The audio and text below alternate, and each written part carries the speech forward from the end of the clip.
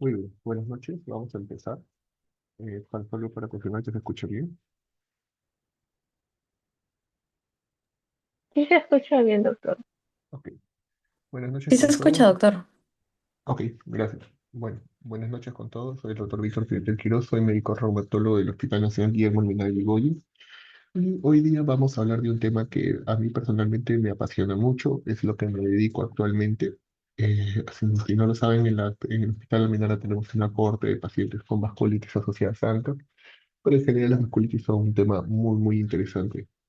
El tema entonces es vasculitis sistémicas primarias. Si bien es cierto, ustedes ya han visto durante las semanas, inclusive hoy, sobre las vasculitis en general, ya han visto las vasculitis de vaso grande, de vaso mediano, de vaso pequeño. Aquí vamos a revisar un poco de todas ellas, no vamos a profundizar mucho, pero lo principal es que ustedes sepan cuándo sospechar una vasculitis sistémica y cómo enfrentarse a los posibles confundidores o los que también se llaman imitadores o mímicas, ¿no? Entonces, eso es lo que vamos a tocar hoy. Y luego vamos a ir pasando algunas imágenes para ir viendo algún tipo de vasculitis. Bueno, las vasculitis son una inflamación o se definen como la inflamación de los vasos sanguíneos que lleva a un daño estructural de ese vaso sanguíneo, lo que lleva a la isquemia y como último, digamos, último resultado, una electro. La distribución de los órganos que se van a afectar por esta vasculitis va a depender del tamaño predominante de los vasos sanguíneos que se están afectando. Y eso va a ser muy importante cuando veamos la clínica. Creo que durante sus clases le han tenido que informar sobre esto. Han tenido que hacer hincapié básicamente en que tenemos que saber la clínica para sospechar el tipo de vaso predominante. La clasificación, algo que también incido mucho es la clasificación, ya sea como primaria, es decir, que no tiene una causa, y las secundarias, como por ejemplo asociadas a enfermedades de difusión tejido conectivo. Por ejemplo, hay pacientes que tienen vasculitis reumatoide, que es secundaria a la artritis reumatoide. Hay pacientes que tienen vasculitis lúpica, hay vasculitis por sarcoidosis, etc. Las infecciones también podrían causar algunos tipos de vasculitis, el cáncer de igual manera. Entonces, aquí viene justamente la parte principal de esta exposición. ¿Cuándo sospechar que un paciente pueda estar sufriendo de algún tipo de vasculitis en general? Lo sospechamos si tenemos estas características. Si hay síntomas constitucionales como fiebre, malestar general, mialgias, artralgias, baja de peso, que haya una disfunción de un solo órgano, pero muchas veces va a ser, en la mayoría de casos, multiorgánica. Y además que haya una evidencia imagenológica del compromiso del vaso sanguíneo, ¿no? Esto obviamente puede ser en vasos medianos o vasos grandes, ¿no? Porque cuando es de vaso pequeño, imagenológicamente no vamos a ver la afectación. Pero si nos ponemos a pensar en este tipo de síntomas o este tipo de criterios, puede cumplir para muchas cosas. Por ejemplo, si yo tengo un shock séptico por una infección cualquiera, voy a tener los síntomas constitucionales, disfunción multiorgánica probablemente, entonces también voy a tener esas afectaciones. Si pienso en una tuberculosis, también probablemente tengo todo eso. Si tengo un cáncer, el cáncer también me da síntomas constitucionales, me puede dar disfunción multiorgánica. Entonces, aquí viene el problema, que las vasculitis no son tan fáciles de diagnosticar porque se pueden parecer a muchas otras cosas. Entonces, dijimos que cómo vamos a dividir estas vasculitis primarias de acuerdo al tamaño de los vasos. Y acá tenemos unas definiciones.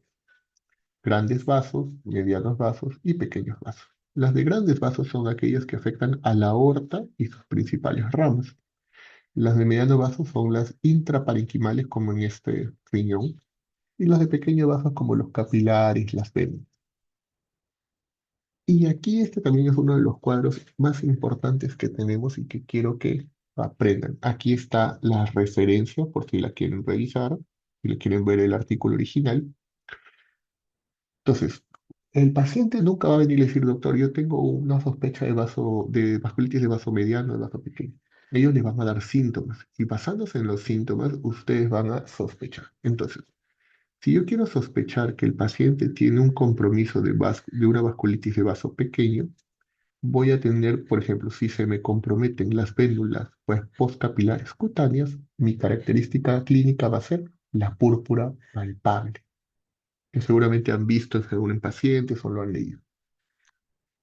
Y se afectan los capilares glomerulares, que voy a tener una glomerulonefritis. Y la glomerulonefritis, ¿cómo se define? Como hematuria, hay cilindros de todo tipo, y sobre todo hay microhematuria, hay proteinuria y puede haber disminución claro, disminución de la función renal, o sea, una elevación de los niveles de creatinina.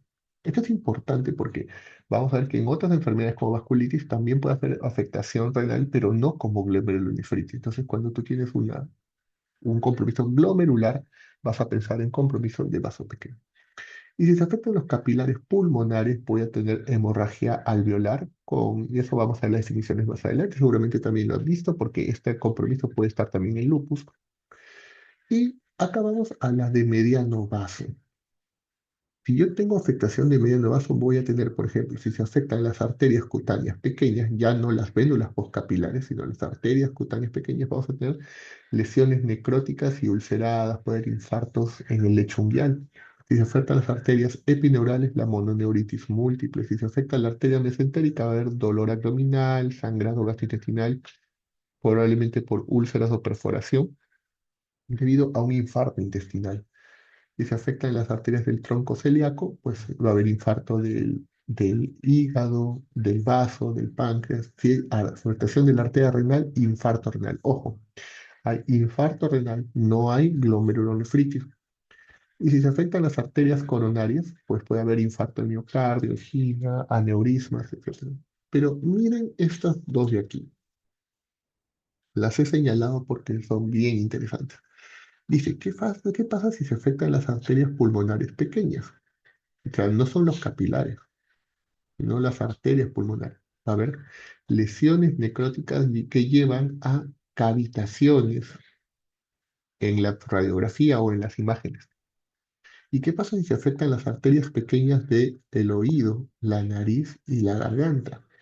Vamos a tener costras nasales, epistaxis, sinusitis, puede haber disminución de la agudeza auditiva o sordera, estridor debido a estenosis subglótica. Pregunta para alguien de ustedes que está aquí en la sesión. Estos síntomas que he mostrado aquí, que están en este cajón rojo, ¿les hace recordar a alguna vasculitis en especial? ¿Alguien que quiera responder? Levante la mano. O si lo pregunto. La polargeitis granulomatosa, o de B. ¿Quién habló? Buenas noches. Hola, Daniela, ¿cierto? Sí. Hola, Daniela. ¿A cuál me dijiste? La polargeitis granulomatosa como antes se llamaba granulomatosis de Wegener. Ya, es granulomatosis con poliangiitis. Está bien, XPN. Muy bien. Entonces, lo que dijo Daniel es cierto, pero a ver, si nosotros recordamos las clases, la granulomatosis con poliangiitis es de pequeño, mediano o grandes vasos. ¿Alguien? Pequeños vasos. ¿Quién habló? Nicole. Es de pequeños vasos. Pero estas no son de mediano vaso. Acá está, dice mediano vaso. ¿Alguien tiene una idea por qué es así?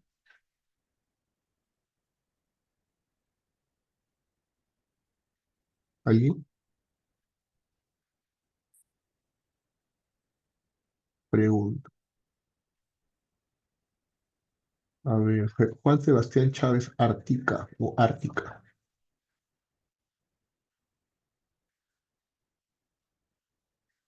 Juan Sebastián Chávez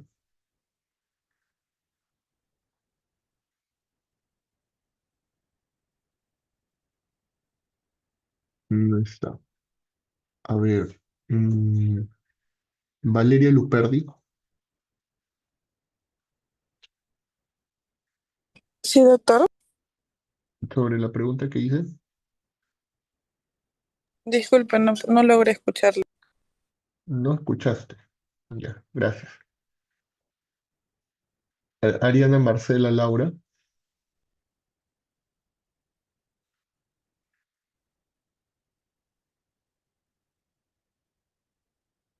Ariana, Marcela, Laura.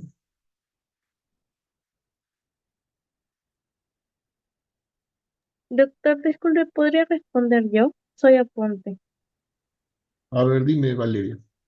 Mm, es una idea, ¿no? Pero sí, inicialmente va a iniciar en los vasos pequeños, pero luego cuando la inflamación es intensa y prolongada, ya se va a extender, sobre todo porque los granulomas al crecer pueden comprimir o infiltrar ya los vasos a medianos adyacentes. Es una idea, creo.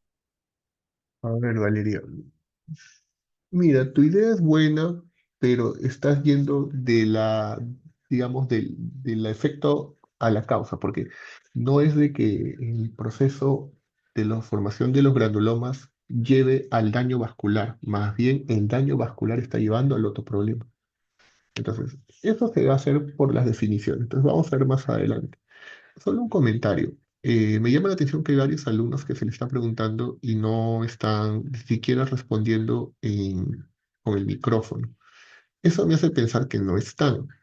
Entonces, si yo pregunto nuevamente y alguno de ustedes no responde, porque me pueden decir que el micro no está bien, esas cosas, pero está el chat. Si alguien de ustedes no responde, doy por terminada la sesión.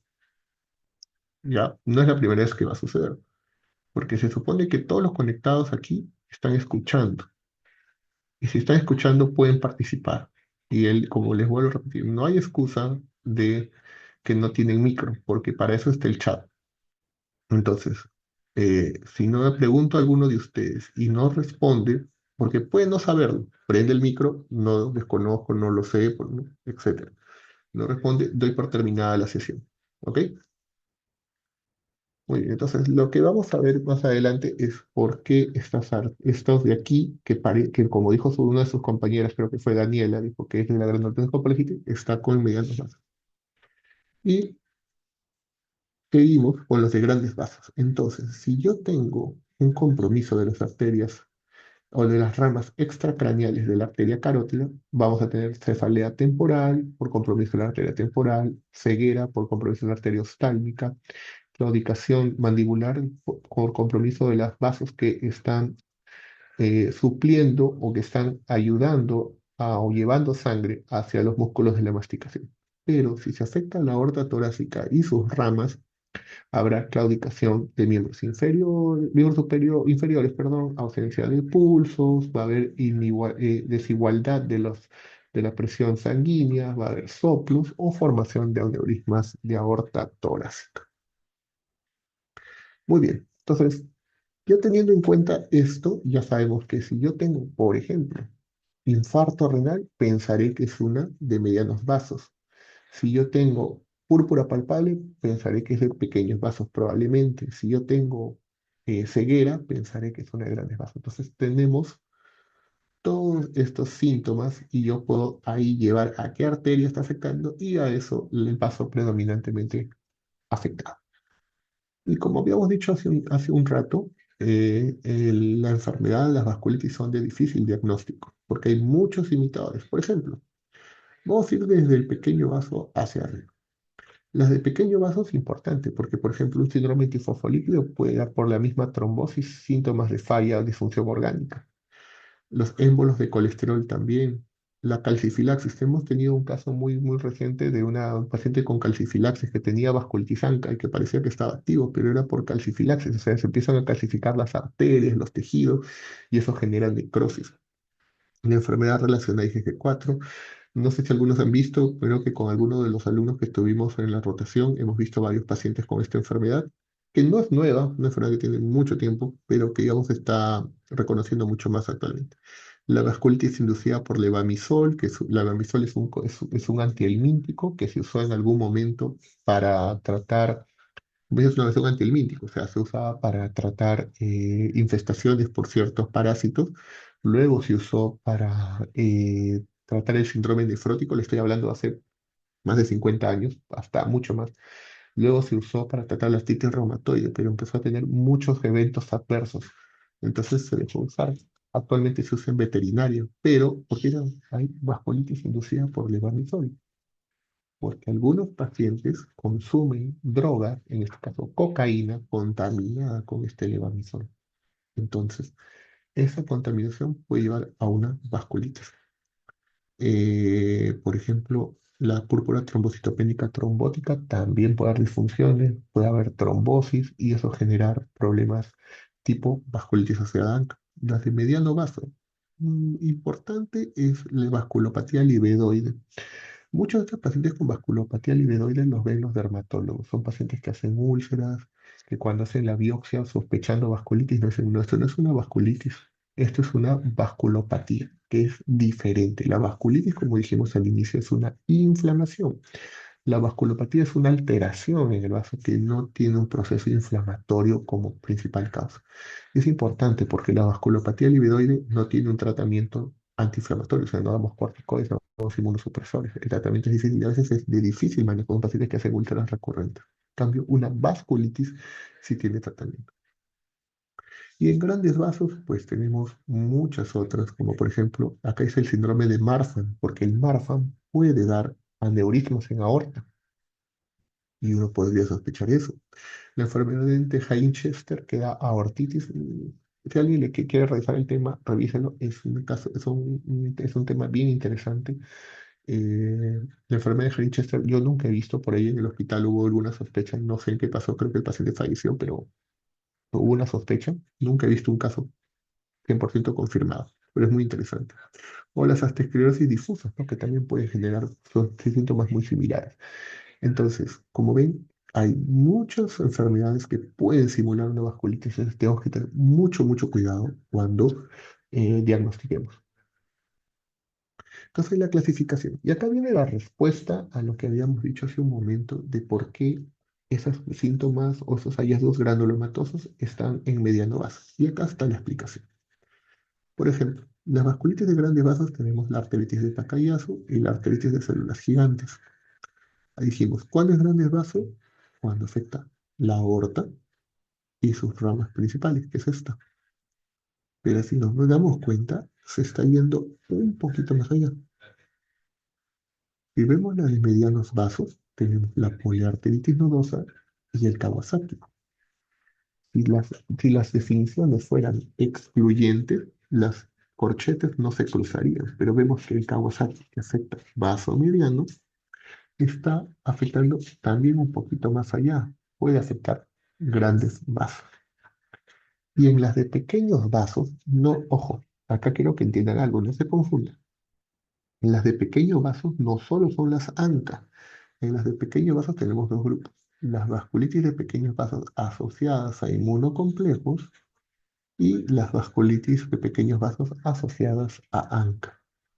Ahora, si ven, las ANCA agarran los capilares, las arteriolas, las vénulas, pero también se va un poquito más allá. Puede tomar maso mediano. Y esta es la explicación por qué pues, afecta a las arterias pulmonares que pueden generar esos granulomas o esas cavitaciones y también va a afectar el compromiso ENT, que es Ear, Nose and Throat, que significa oído, nariz y garganta, por lo que hacen las costras nasales, la estenosis subglótica, etcétera, etcétera. Entonces ven que no son excluyentes. Entonces dirán, pero ¿por qué se llama de grandes vasos si también puede afectar mediano, de mediano si puede afectar grande y de pequeño si afecta también menos? La definición te dice que de grandes vasos afecta predominantemente grandes vasos. O sea, los síntomas van a ser predominantemente grandes vasos, pero podría haber afectación en mediano. Lo mismo en vasos medianos. Las vasculitis de vasos medianos afectan principalmente vasos medianos. Y las de vaso pequeño afectan principalmente vasos pequeños, pero podrían afectar los vasos medianos. En las de vasos pequeños, asociadas a inmunocomplejos, tenemos la vasculitis creoglobulinémica, la vasculitis IgA, la vasculitis urticarial hipocomplementémica y la enfermedad por antimembrana basal glomerular o también llamada de Good-Pasteur. La de Henoch-Schönlein es la que actualmente se llama IgA. Y la vasculitis asociada a ANCA tenemos la poliangitis microscópica, la granulomatosis con poliangitis y la granulomatosis eosinofílica con poliangitis. Si quieren revisar un poquito más, acá está la referencia, es del año 2012, está gratuita, es para simplemente dar clic y bajar el artículo. Pero no solo tenemos estas de aquí, también tenemos estas otras. Ahí tenemos la vasculitis de vaso variable. como la enfermedad de Behçet y el síndrome de Cohen. Le dicen de vaso variable porque pueden afectar tanto pequeño, mediano y gran vaso, o en el caso del Behçet también puede afectar las venas, cosa que estas de acá no lo hacen. Las vasculitis de órgano único, como las angitis leucocitoclásticas cutáneas, las arteritis cutáneas, las vasculitis primarias del sistema nervioso, que son rarísimas, rarísimas, y las aortitis aisladas. Las asociadas con enfermedad sistémica ya habíamos hablado, que estas son secundarias, y estas también asociadas con probables cirugía, como por ejemplo las drogas, virus, etc. Acá está lo que les comenté hace un momento, con las definiciones. Y acá están las otras. Entre ellas, importante que sepan que las vasculitis de pequeños vasos, entre ellas las ANCA, son necrotizantes y a diferencia de los otros grupos que son asociadas a inmunocomplejos, estas son pausinmunes. ¿Alguien sabe por qué es pausinmune?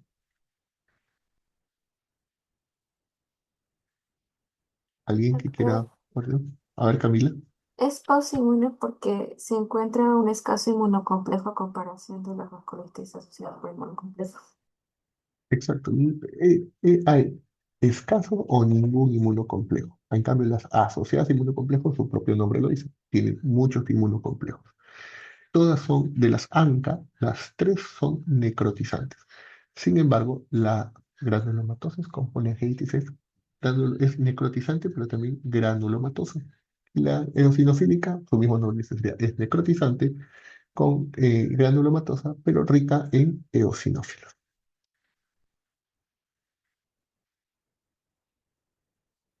Bien, vamos a continuar. Importante ver, si ustedes revisan la bibliografía nos va a mostrar muchas veces los datos de países americanos, norteamericanos, como Estados Unidos propiamente, o europeos. Sin embargo, eso no necesariamente refleja lo que hay en Latinoamérica. Un ejemplo muy grande es el de lupus. Antes todo lupus era América, digamos, América del Norte o Europa, pero se vio que los pacientes con lupus, que son latinoamericanos de etnia mestiza, tienen un pronóstico diferente a los demás. Entonces se le dio mucho más importancia también a esa vez. Lo mismo pasa con vasculitis. No es que todavía haya muchos estudios, pero ya están en los últimos años, diría que en los últimos 5 años se está aumentando mucho más el conocimiento de la vasculitis en Latinoamérica. Y acá hicimos una comparación entre nuestro centro que es de Almenara y este centro de vasculitis de Brasil del doctor Alexandre Wagner de Souza, y pudimos comparar y miren qué encontramos. Que, por ejemplo, en Perú, vamos a ver, Perú, en Almenara, predominantemente tenemos mucho vaso pequeño como la poliartritis microscópica, 67%. Seguida por ahí un poquito más con la Takayasu, con casi 7%, y el resto muy poco. Miren, pero miren la diferencia. Behçet, en Brasil, el Behçet es altísimo, 37 versus 1,8%. Arteritis gigante, nosotros ni vemos, es rarísimo. Tendré 2 pacientes, 3 pacientes, no tengo más. En cambio, ellos tienen 10% de pacientes menos, casi el 1%. Y por ejemplo, el Takayasu, ellos tienen mucho más. Y acá tiene que ver muchas cosas, tiene que ver etnia probablemente, tiene que ver ancestros, etc. Entonces puede ser esa una de las explicaciones. Esto de los temas de de cómo las definiciones de cada una ya lo han revisado. Yo creo que no es necesario dar mucho tiempo a esto, solo voy a pasar y les voy a dar algunas cosas importantes que yo creo deben revisar. Por ejemplo, en la arteritis de células gigantes, los criterios han cambiado. Ya tenemos criterios que son del año 2022. Actualmente, los criterios de clasificación ya no tratan de acumular. Antes decían, no tienes que tener 3 o 4 criterios para decir que este paciente tiene tal diagnóstico. Ahora no, se le da puntajes y es mucho mejor porque con eso puntúas más a alguna manifestación que es mucho más característica y obviamente puntúas menos aquella que, si bien es cierto, puede estar la enfermedad, pero que quizás no tenga tanta relevancia, ¿no? Y por ejemplo, acá, Cuando tú clasificas a un paciente con artritis de células gigantes, cuando tiene 50 años o más y tiene alguna de estas. Miren, por ejemplo, si vemos a grandes rasgos, la mayoría tiene 2 puntos y hay una que tiene 5 puntos, o sea que tiene mucho más. Vamos a revisar. De los clínicos, el que tiene más puntos es la pérdida visual súbita por la neuritis óptica isquémica anterior, la famosa NOIA o NOIA. Esto da bastante puntaje porque si tú tienes un paciente de más de 50 años que tiene esa pérdida visual súbita por esa neuritis óptica isquémica, es altamente sospechoso que tenga artritis gigantes. Cambio los otros como la rigidez matutina en hombros o cuello, que puede ser secundaria polimialgia reumática, la claudicación de lengua o de mandíbula, nuevo dolor de cabeza, dolor o sensibilidad en el cuero cabelludo o anormalidad en la ejecución del tren, solo son 2 puntos. Pero vamos a la parte no clínico, sino lo más laboratorial, imagenológico, biopsia. ¿Qué tiene 5 puntos? Lo de acá. Obviamente, si tienes una biopsia de arteria temporal positiva para arteritis o, miren, signo del halo la ecografía es 5 puntos. O sea, antiguamente todos usaban más la biopsia, pero actualmente lo que más se usa, también se usa para evitar la biopsia es esta ecografía. La diferencia es que con la ecografía, si tú le inicias tratamiento a un paciente, el halo va a desaparecer rápidamente. En cambio, la biopsia, no necesariamente, los hallazgos van a cambiar tan rápido. Entonces, es importante o tener una biopsia o hacer la ecografía. Lo otro es que tengas, por ejemplo, BCG más de 50 o PCR más de 10, compromiso del axilar bilateral y actividad el PET-CT a través de toda la aorta. Eso también es importante. No sé si han revisado, quiero que me digan, respóndanme esta pregunta a alguien. Han visto saben que la artritis de los gigantes también puede afectar los grandes vasos, ¿cierto?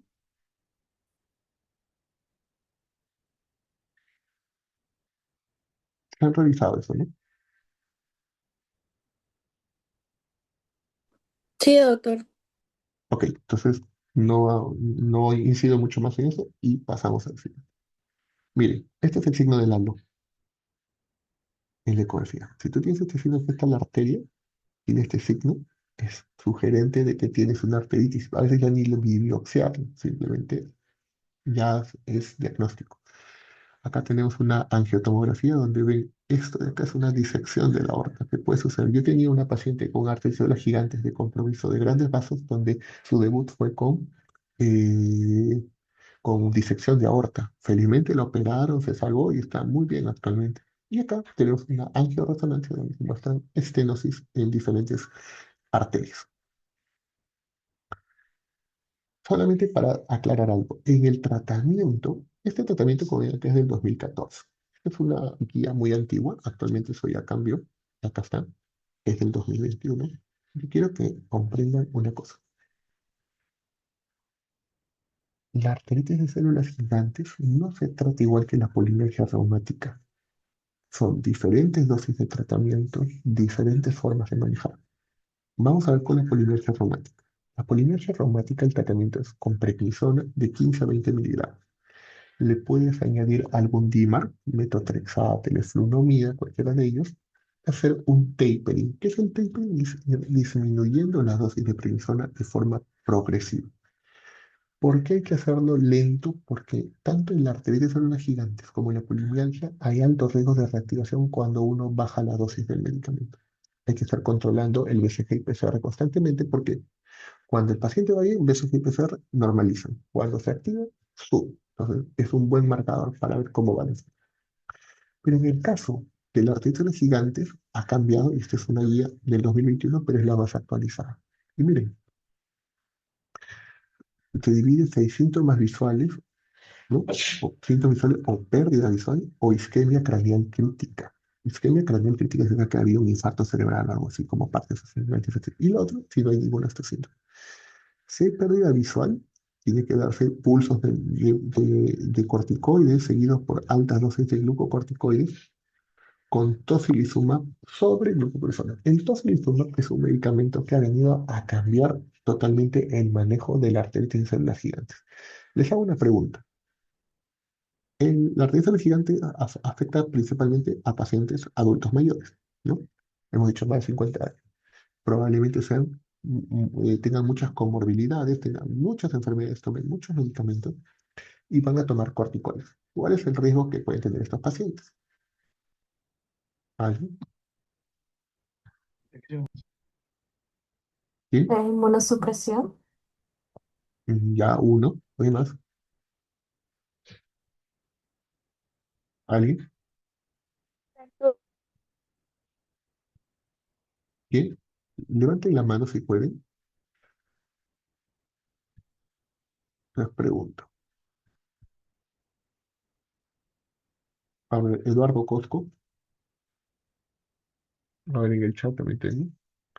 Estefano dice osteoporosis. Excelente. Es una muy buena respuesta. Eduardo Cosco.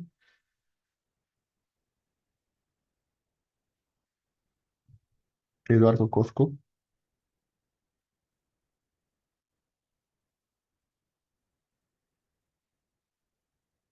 Ok. Entonces, la osteoporosis es uno de los síntomas, de las complicaciones importantes, no solo es cataratas, infecciones. Entonces, el problema, como les dije, es de que estos pacientes recaían mucho cuando se les baja la dosis de corticoides. Entonces, el tocilizumab, que es un inhibidor del receptor de interleucina 6, ha venido a cambiar todo eso. Con ese medicamento, los pacientes pueden estar sin corticoides, logran altas tasas de remisión. Entonces, en esta guía sugieren darle tocilizumab sobre dar solo glucocorticoides. Sin embargo, hay que tener en cuenta que el tocilizumab es un medicamento caro, no es tan barato. El mes debe estar 5.000, 6.000 soles. Entonces, a veces no a todo se le puede dar. Entonces, si no tienes como dar tocilizumab, puedes darle glucocorticoides solos, o como dicen algunas circunstancias, puedes considerar agregar metotrexate. Hay otros medicamentos que se han probado, como la leflunomida, que también va muy bien. Entonces, puedes dar diferentes tipos de medicamentos y acompañar a los glucocorticoides para tener una bajada rápida, exitosa y evitar los riesgos del uso crónico de corticoides. En Takayasu también vamos a pasar. Acá en Takayasu quiero hacerles algunas precisiones. Ya, acá. Dijimos que en la arteritis de células gigantes y en la polimetría reumática, los reactantes de fase aguda como el BCG y el PCR son buenos marcadores. Es decir, si el paciente va bien, se normaliza. Si el paciente se reactiva o no va bien, los reactantes van a estar altos. Eso no pasa en Takayasu, a pesar de ser una eh, arteritis de vasos grandes. ¿Por qué? Porque miren, el BCG puede estar normal en el 30% de pacientes activos, o sea, que tienen la enfermedad activa, puede estar bien, y elevado en 40% de pacientes inactivos. ¿Y esto por qué es importante? Porque de repente yo tengo un paciente que está activo y como yo veo el BCG y PCR normales, yo asumo que no lo está. ¿Y qué hago? No lo trato o lo sigo manteniendo con la medicación a dosis baja. Pero puede pasar lo contrario. Puede pasar que yo tengo un paciente que en realidad está inactivo, pero como veo el BCG y PCR alto, digo, no, eso BCG que está alto lo tengo que tratar. Y le doy más corticoide, le doy más pulsos, le agrego más inmunosupresores y estoy sobretratando y llevando a pasar posibles riesgos del uso de esta medicación. Entonces, el BCG y el PCR no son buenos marcadores de enfermedad activa en los pacientes con Takayasu. Entonces, dirán, entonces, ¿cómo vemos si un paciente con Takayasu está activo? Para eso usamos las imágenes y entre ellas tanto el MRI, que es la imágenes por resonancia magnética, y el PET-CT son lo mejor. Y dirán, pero ¿y la angiografía o la la angiotomografía no funcionan para ver actividad? Les voy a decir acá. Este paciente, por ejemplo, en esta angiografía, vemos que el tronco grecocefálico aparentemente está muy bien, pero la subclavia sí está estenosada. La carótida común y la subclavia izquierda están totalmente estenosadas. Si yo le hago esto a un paciente, ¿yo puedo saber si está activo o no está activo? ¿Alguien quiere responder?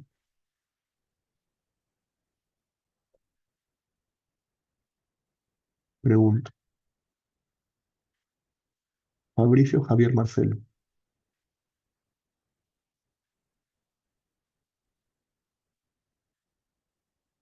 Fabricio. Sí, doctor, ¿podría repetir la pregunta? Disculpe. Te dije que aquí, en este paciente, tiene estenosis. Está estenosado. Es un tacayazo. ¿Tú puedes decir con esta imagen que está activo o que está inactivo?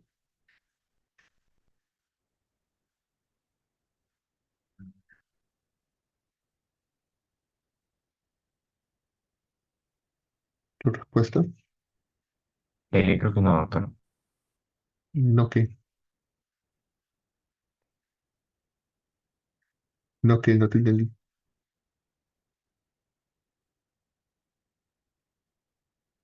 Ok, creo que no va a responder. A ver, aquí me dicen en el chat, Estefan, no, no necesariamente puede ser por un trombo. Camila Pinto, solo celeste no sé, pero no se está activo. Y José Martín Velasco me dice, no, doctor, no está, pero está activo. Exactamente, o sea, no se puede estar activo. Acá me dice que hay estenosis.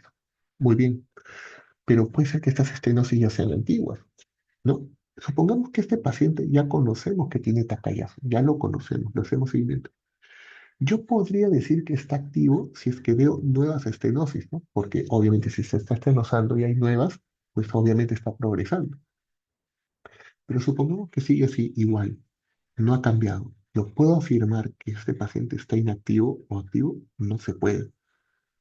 Este es un angioten, lo mismo. Yo veo esto, veo las estenosis, pero no me dice nada más, igual que en esta estenosis de la aorta abdominal.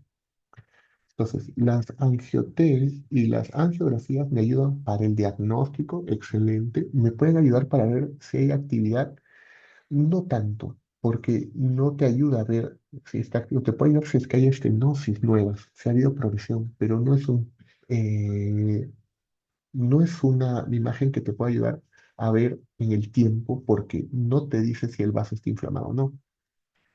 En cambio, si yo hago una angioresonancia, la angioresonancia sí me muestra eso, porque por ejemplo, donde están señalando estas flechitas, me muestra que el vaso está inflamado, tiene edema. Y si hay edema, indica que hay inflamación. De repente este paciente no ha habido nuevas estenosis, bacán, pero si hay inflamación del vaso, y si hay eso, indica que yo tengo que tratar. Igual acá, vemos en esta imagen el vaso sanguíneo que está con edema en la pared. Y de igual manera, el PET-CT. Acá está, por ejemplo, la tomografía por emisión de positrones. Nada más vemos que hay mayor captación en ciertas partes de la aorta. Y ya cuando se hace con la tomografía, ya digamos como parte de este estudio, vemos que pues pinta las áreas que son más hipermetabólicas, lo que me está indicando que hay inflamación en la aorta. Entonces, en el Takayasu sí no usamos tanto los reactantes de fase aguda. La angiografía planar y la angiotomografía nos puede ayudar mucho para el diagnóstico, pero para el seguimiento, las angioresonancias o el PET. Al igual que en arterias de gigantes, los criterios se han actualizado en 2022. Los criterios antiguos eran el del año 90. Y acá miren, dan más puntaje a ciertas cosas. Por ejemplo, dan bastante puntaje al tener dos territorios arteriales comprometidos, que tenga compromiso de la aorta abdominal con compromiso mesentérico renal. No dan mucho puntaje a las diferencias de presiones, no dan mucho puntaje al sexo femenino y la edad cambia. Si ustedes los criterios del 90 decían menor de 40 años, ahora dicen de 60, porque hay pacientes que pueden en ese tiempo todavía presentar estos síntomas. No tienes que ser necesariamente menor de 40. Y el tratamiento es con altas dosis de corticoides. Aquí si es 1 miligramo por kilo, le puedes adicionar algún DIMAR, algún biológico, etc.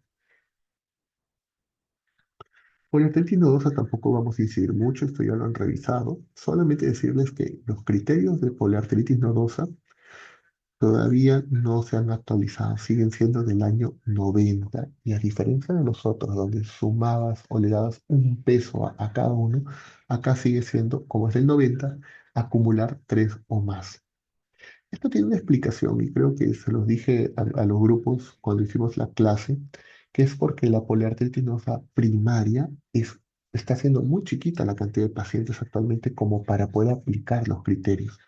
Tú tendrías que estar seguro de que le vas a aplicar los criterios a un paciente que has descartado causas secundarias de poliarteritis nodosa. Y muchas veces puede ser pacientes que tienen problemas genéticos, problemas de déficit enzimáticos que hacen que se puede hacer en un centro, digamos, común. Por ejemplo, hay una enfermedad que es el de ADA2, que tienes que medir la actividad de la enzima ADA2. Eso en Perú no se hace. Estudios genéticos en Perú para descartar, por ejemplo, fiebre de familiar, descartar VEXAS, no se hace, se tiene que mandar a otros países y puede ser muy caro. Entonces, por eso es que probablemente los criterios aún no se actualizan porque tenemos que tener cohortes de pacientes bastante similares. La cohorte de nosotros que tenemos de vasculitis en general, tenemos como 4 o 5 pacientes de un seguimiento de 20 años, imagínense. Acá está la geografía y el tratamiento de la poliarteritis nodosa es dependiendo si la enfermedad es severa o no severa. Severa es cuando hay compromiso de órgano que pueda estar amenazando la vida del paciente o que le amenaza la función, por ejemplo, que el riñón esté elevando la creatinina altísimamente. Entonces, aquí cuando es severa se recomienda inducción con dosis altas de corticoides con ciclofosfamida. Hoy día con mi grupo vimos un paciente con poliarteritis nodosa que ya tiene tiempo con nosotros, le dimos ciclofosfamida, le dimos medicación y el paciente se ha mantenido muy bien, está sin corticoides. Y esa es una característica de muchos pacientes con poliarteritis nodosa primaria, o sea, que no es secundaria a hepatitis, que no es secundaria a déficit enzimáticos, responden muy bien al tratamiento. Y la enfermedad no severa, puedes dar solamente inmunosupresores como metotrexato y con dosis de glucocorticoides que no necesariamente tienen que ser altas. En vasculitis alta también no voy a hacer mucho estudio, esto ya lo han revisado, solo recordarles que en Perú hay estudios de esto, a diferencia de otros países, digamos como europeos, donde predominan algunos de ellos, la predomina cierto sexo. En Perú, al menos en el Hospital Alminar, eh, predomina el sexo femenino y predomina el diagnóstico de poliangitis microscópica. La mortalidad, mire, a los 10 años casi el 50% muerto. Esto es importante porque significa que probablemente estamos llegando tarde al diagnóstico. De repente es porque los tratamientos han cambiado y no los estamos usando todos como debería ser. Entonces hay muchas cosas que analizar. Este cuadrito, aquí está la referencia. Este cuadrito, si gustan, alguien me escribe a mi correo y te lo puedo pasar, puedo pasarles el artículo. Y acá están las diferencias clínicas entre cada uno. No me voy a pasar en eso porque eso ya lo han visto. Unas fotitos, una nariz sencilla de montar. Acá está la nariz sencilla de montar con tabique desviado. Acá vemos, miren, la sinusitis, ¿no? Claramente toda la destrucción de la línea media. Acá está una estenosis subglótica marcada. Acá vemos estenosis bronquialis. Creo que con algunos de ustedes hemos visto un paciente con vasculitis que tiene estenosis subglótica y tiene estenosis bronquialis. Tiene estenosis en los dos lados. Y felizmente ha ido bien con tratamiento inmunosupresor y dilatación. Pero esto puede comprometer la vida del paciente. Acá vemos esta estenosis es de la carine. Este es el bronquio principal y el otro bronquio está totalmente cerrado. Y esto puede ser secundario a lo que hemos visto acá. Acá vemos un tumor pseudoorbitario, un tumor retroorbital que está generando proptosis. Acá vemos una escleritis necrotizante, aquí también. Acá vemos un nódulo pulmonar, nódulos pulmonares, acá un nódulo con cavitación, una cavitación gigante. Y acá vemos fibrosis pulmonar. Esto ya lo han revisado, hemorragia, también esto no creo conveniente. Acá sí les quiero explicar algo importante. Hace un rato vimos la poliarteritis nodosa como criterios de clasificación. Hasta el año 94, la poliangitis microscópica, eh, la poliangitis microscópica estaba dentro de la poliarteritis nodosa. Inclusive algunos eh, libros decían la micropan. Decían. Si ustedes leen un libro que aún dice micropan, micropoliarteritis nodosa, voten ese libro está desfasado totalmente. ¿Por qué? Porque les dije que en el año 94 ya pasa la poliarteritis microscópica a ser parte de las vasculitis altas. Aquí en el 90 teníamos el Wegener, todavía se llamaba así, y el Schuster. En el 94, en Chapel Hill, en la reunión de Chapel Hill, pasa la poliarteritis microscópica a ser parte de la sangre. En el 2012 hacen un nuevo Chapel Hill y se define mucho mejor y cambian los nombres de Wegener a granulomatosis con poliarteritis y Churestro a granulomatosis eosinofilia. En el 2007, este es un algoritmo europeo para poder diagnosticar alguna de estas vasculitis. Sin embargo, como les dije hace un rato, ya en el 2022 salieron los nuevos criterios de clasificación tanto para polangitis microscópica, granulomatosis con polangitis y granulomatosis eosinofílica, con puntajes positivos y negativos. ¿Por qué? Porque hay cosas que te llevan más hacia un diagnóstico que el otro. Por ejemplo, te quita puntos el que tú tengas úlceras, que tengas costras. ¿Por qué? Porque eso es más bien granulomatosis con polangitis. Si tienes eosinofilia, pues obviamente es más para eosinofílica. Si yo veo los criterios de granulomatosis con poliarteritis, me quita puntos tener eosinofilia o me quita puntos tener MPO. Y si yo veo los de granulomatosis eosinofílica, me quita puntos tener PR3, porque no es común tener un PR3 en este grupo de pacientes. Y si tienes hematuria también, porque no es muy común tener compromiso renal. Y en el tratamiento para terminar con la vasculitis ANCA, los tratamientos han cambiado en el tiempo. El tratamiento de elección es el rituximab. Sin embargo, el tratamiento biológico, que actualmente es muy barato, actualmente ya no cuesta como costaba antes. Antes costaba como que un tratamiento completo en un paciente con vasculitis ANCA costaba 20.000 soles por aproximadamente. Actualmente cuesta un tratamiento completo menos de 5.000 soles. Entonces ha bajado bastante. Sin embargo, dirán que barato, pero eso sigue siendo muchas veces difícil conseguir en pacientes que no tienen un seguro privado o un seguro como de salud. Entonces, inclusive nosotros estando en la salud tenemos dificultades para usarlo porque es muy burocrático técnicamente. Entonces, si bien rituximab es un medicamento que debería ser el uso en todos los pacientes con vasculitis ANCA, todavía se puede usar la ciclofosfamida con buenos resultados. Las dosis de corticoides, importante.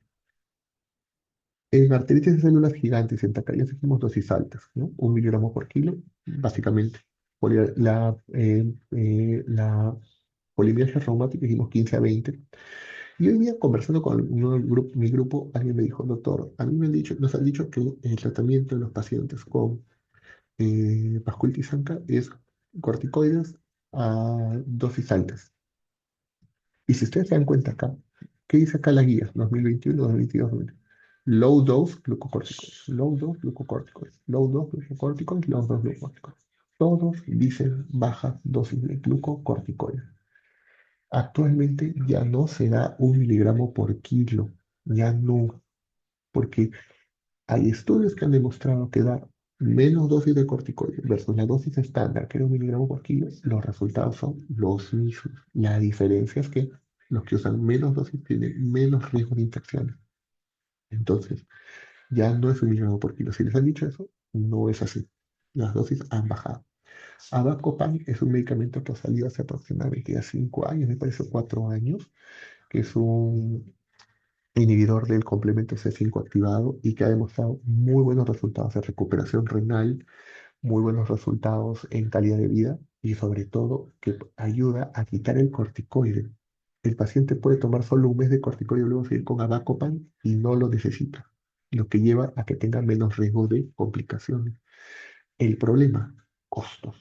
Avacopan actualmente no hay en Latinoamérica. Creo que va a entrar a Brasil este año, que viene 2026. Pues Brasil es Latinoamérica, pero prácticamente es como un país europeo. Pero el coste es alto. Más o menos cada paciente, este es un tratamiento de un año, por año cuesta alrededor de 100.000 o 150.000 dólares. Es carísimo.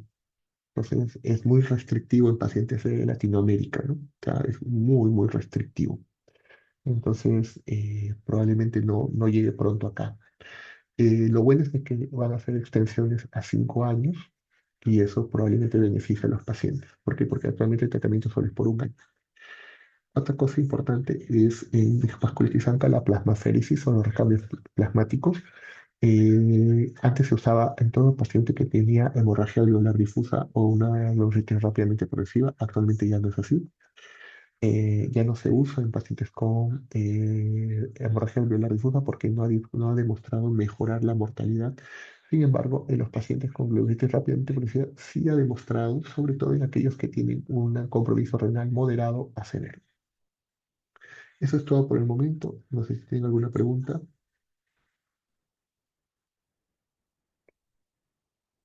No, doctor.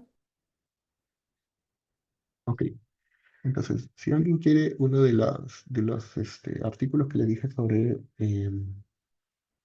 ese cuadro importantísimo que es la diferenciación clínica entre poligitis microscópica, granulomatosa con poligitis y granulomatosis eosinofílica, me manda un correo o me escribe por WhatsApp. ¿De acuerdo? Bueno, un gusto, cuídense mucho y éxitos en su examen.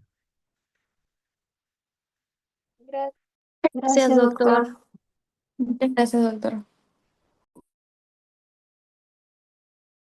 Gracias, doctor. Buenas noches.